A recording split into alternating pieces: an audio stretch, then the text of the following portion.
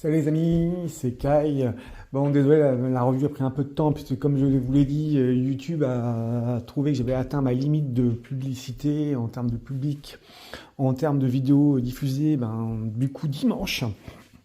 Ce qui m'a fait un petit peu retarder mes nouvelles diffusions, puisque du coup, j'avais un peu diffusé pas mal de choses, et du coup, a priori, comme il y a du potentiel, ils m'ont dit, bien, au bout d'un moment, il faut bloquer, faut vérifier l'identité, enfin bon.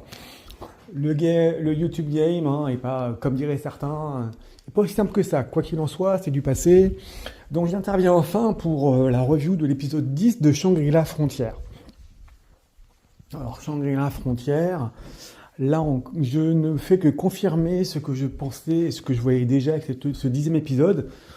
On est sur un animé très haut de gamme, qui est fait par des passionnés, pas forcément pour des passionnés, mais qui a vraiment une vision assez panoptique du game. Pourquoi je dis ça? Tout simplement parce qu'on a vraiment l'impression que les réalisateurs et les scénaristes envisagent réellement les stratégies qu'on peut voir dans un MMORPG ou dans un jeu d'Heroic Fantasy assez classique. Donc c'est assez plaisant. Alors je ne sais pas si c'est l'historique qui me dira si c'était des joueurs par le passé. En tout cas, on est vraiment dedans. Donc c'est vraiment agréable parce que là, il n'y a pas de fiction, il n'y a pas de fausseté, on est en plein dedans. Revenons donc à cet épisode 10. Épisode 10 qui va nous commencer avec des petits aventuriers random qui se retrouvent dans la grotte où il y a notre héros qui arrive.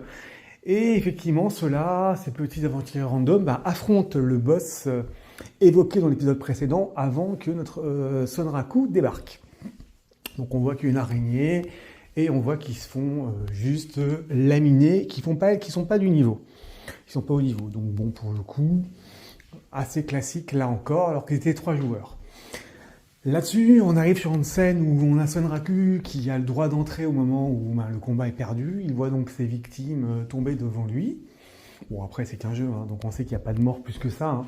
C'est juste, donc il n'y a pas d'épique, il n'y a pas de souffrance plus que ça. Mais bon, chaque joueur de RPG qui a fait des raids, qui a fait des boss de fin de niveau ou des donjons, est toujours excessivement déçu quand il voit que il y a un boss qui nous résiste et qu'on a passé du temps à farmer pour arriver. Donc ça parle à tous ceux qui ont pu jouer au RPG.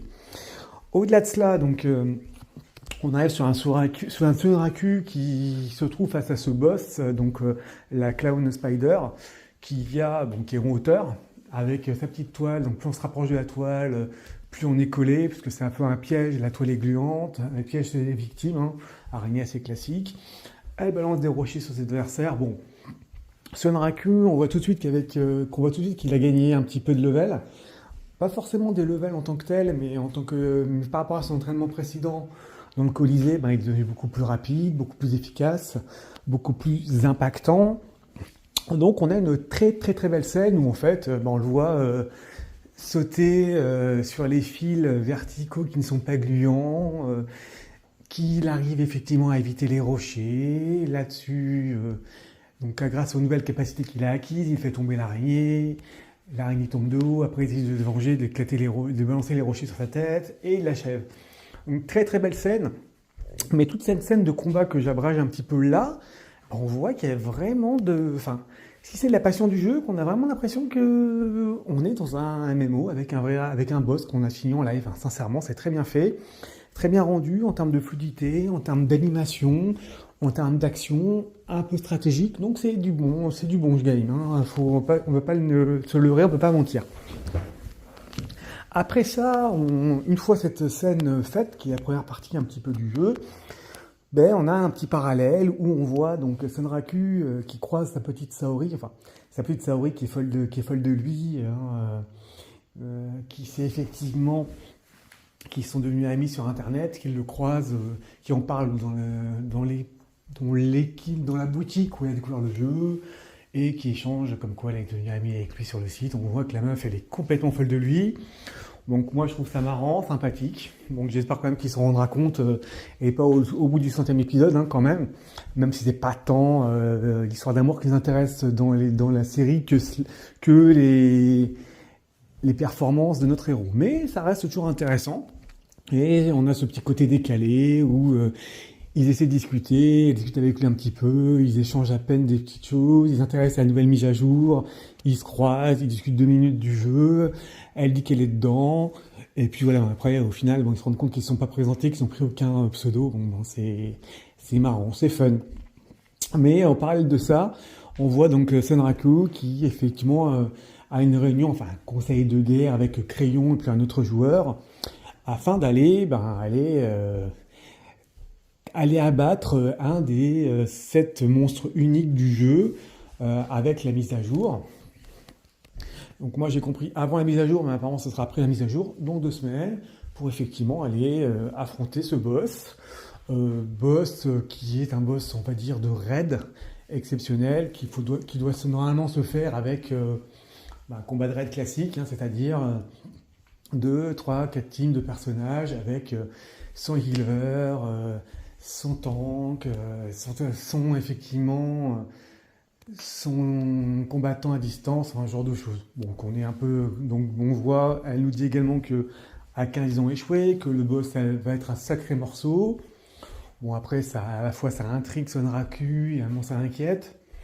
Donc on a ce côté-là un peu sympa qui revient dans la passion du jeu, hein, clairement. Et donc comme on est vraiment sur du sport de haut niveau, ils vont aller s'affronter un des boss. Là-dessus, on a un petit Sonraku qui se remet son casque VR tranquillement, qui s'est pris la petite dose de boisson énergétique comme tout le monde peut faire dans un World of Warcraft ou autre pour aller jouer pendant des heures. Et puis, il est obligé de dire à son petit lapin qu'il faudrait qu'elle ne soit pas avec lui lors de ce combat. Et on apprend au départ que elle est un peu frustrée, elle est super inquiète, la petite lapine elle est super inquiète, elle va son papa pour en parler. Donc le boss, on ne sait pas trop si c'est parce que le boss est monstrueux ou parce qu'elle sait qu'en tant que personnel non joueur, hein, donc PNJ, elle risque de mourir. Puisque là on apprend un peu plus dans le flashback que un PNJ lors d'un combat dans le jeu, Shangri peut crever sans revenir. Pas de possibilité de ressusciter. On comprend un petit peu ce côté-là, qu'on comprend un petit peu que Sonraku prend soin de son compagnon lapin. Le lapin qui est en panique complet parce que soit le boss est monstrueux, soit il s'inquiète pour ça. Enfin, quoi qu'il en soit, au-delà de cette histoire qui attend, où on a vraiment hâte de voir la suite, on est déjà à l'épisode 10. Je ne sais pas à quel épisode ça va se finir. Je pense qu'on sera malheureusement à la moitié de saison, quand ça se terminera, puisqu'on est déjà en décembre. Il doit rester peut-être 3-4 épisodes à tout casser avant l'année prochaine. Donc on verra à quel moment on s'arrêtera, à moins qu'il nous fasse des épisodes courts, ça s'arrête à l'épisode 12, on verra. En tout cas, quoi qu'il en soit, ça reste encore un très très bon épisode. On a vraiment envie de vous voir, on sent qu'il y a un petit enjeu qui arrive, il y a un petit peu que le combat ça va forcément être un peu épique. La première scène avec l'araignée était excellente, prometteuse pour la suite. Donc on est toujours sur la même vague, donc c'est prometteur. Donc moi je dirais tout simplement, j'ai hâte de voir la suite et écoutez, je serai là pour voir la suite. À plus les amis.